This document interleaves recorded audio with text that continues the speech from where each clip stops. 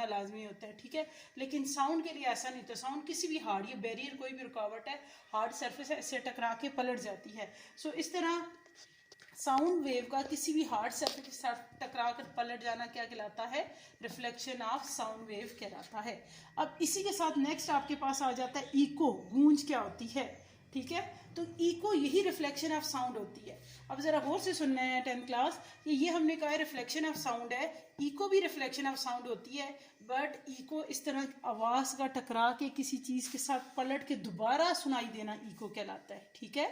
Reflection of sound just टकरा के पलट जाना, बट रिफ्लेक्शन ऑफ साउंड आप जब किसी खुले हाल में किसी खुली जगह पे बोलते हैं तो आपकी चीखने या बोलने के कुछ सेकंड बाद जो आपको एक आवाज़ दोबारा सुनाई देती है, ये जो आवाज़ का टकरा के पलट के दोबारा सुनाई देना होता है वो क्या कहलाता है? इको, या हम इसे गूंज भी कहते हैं। अब प्रॉपर डेफिनेशन क्या होती है? The reflection of an original sound from a certain object, किसी भी साउंड वेव का ओरिजिनल साउंड, ठीक है। जैसे अभी मैं बोल रही थी ये मेरी ओरिजिनल है, अगर मुझे अपनी आवाज़ किसी चीज़ से टकरा के सुनाई देती है तो इको होगी, ठीक है। सो रिफ्लेक्शन आवाज़ का टकरा के पलट जाना किसी भी ओरिजिनल साउंड का from a certain object is receive at 0.1 second, यानी वो जो आपको आवाज़ टकरा के 0.1 सेकेंड के बाद सुनाई देती है। Later than the direct sound is called echo, ठीक है।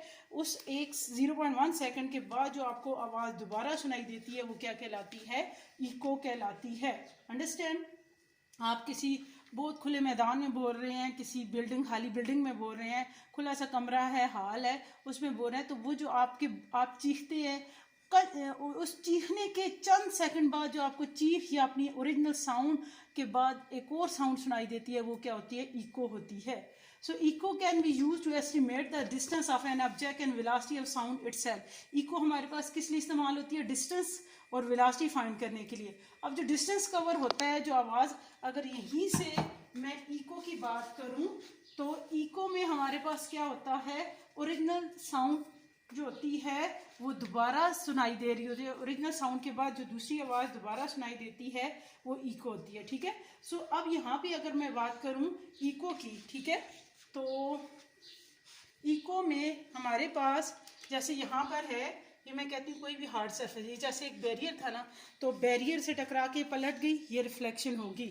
बट इसी को अगर मैं इको की फॉर्म में बनाती हूँ, फॉर एग्जांपल ये आपके पास एक बैरियर रुकावट सी है, ठीक है, कोई भी हार्ड सरफेस है, साउंड वेव आई है यहाँ से, ठीक है, ये साउंड वेव आ रही है यहाँ से आके, ठीक है, इसके साथ